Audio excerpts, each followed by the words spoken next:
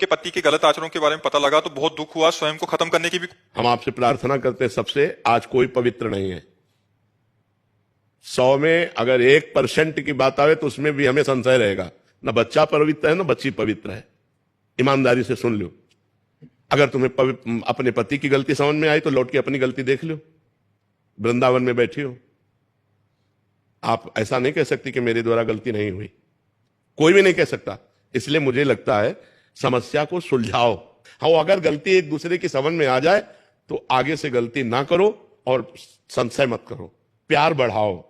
आप अपना इतना प्यार बढ़ाओ कि पीछे की गलतियां सब ढक जाएं। अगर एक दूसरे की टांग खींचोगे तो तुम्हारा जीवन संकटपूर्ण हो जाएगा। पक्की बात समझ लो। ये हम इसलिए कह रहे हैं ना कि आज का जो वातावरण चल रहा है उसमें अगर ये सोचो कि सती साध्वी पवित्र मिलना तो होगा कोई भाई, पर वही से है दीपक लेके खोजना है नहीं, मुश्किल ही मिलेगा। और कोई बाल ब्रह्मचारी पति कि जब तक ब्याह नहीं हुआ तब तक वो कोई गलत आचरण मिलना मुश्किल ही है।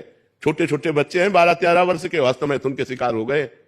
गंदी बात तो गंदी, मोबाइल हाथ में है, बड़े बड़े मोबाइल हाथ में, तो हर चीज सर्च करके वो गंदी सब बातें देख रहे हैं, गंदे आचरण देख रहे हैं। तो हमें लगता है कि गृहस्थी को संभालने के लिए और पति को प्यार करके ऐसा सुख संपादन करो कि तुम्हारी गृहस्थी न टूटने पावे। नहीं तो फिर कुछ दिनों बाद आपस में मनमुटाव बढ़कर फिर डिवोर्स वाली बात आ जाती है, फिर जीवन सब नष्ट हो जाता है, फिर नष्ट हो जाता है। इसलिए हमारी प्रार्थना है कि गलतियां सबसे होती हैं, क्षमा करना चाहिए अपने पति की गलतियों को या पत्नी की गलतियों को, और दोनों को प्यार से रह करके एक नया जीवन बनाना चाहिए।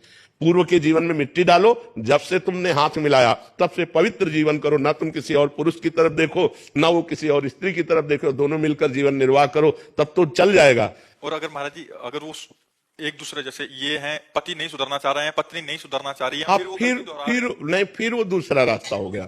अगर नहीं सुधारना चाहते तो पहले सुधारने की चेष्टा करनी चाहिए, उसको प्यार देना चाहिए। फिर भी नहीं सुधर रहा है तो फिर रास्ता दूसरा हो जाता है। फिर तो जो मान लो जब तुम्हारी रति ही नहीं है हमारे प्रति और तुम्हारा दूसरा ही मार्ग है तो फिर संबंध विच्छेद करके अपने जीवन की नई धारा चलानी चाहिए। अगर नहीं सुधरना चाहता, लेकिन अगर पीछे किया है और सुधर के चल रहा है तो अब तो सपोर्ट करना चाहिए और पूरा सपोर्ट करना चाहिए। किसी भी तरह उसको याद भी न दिलानी चाहिए कि आप गलत थे।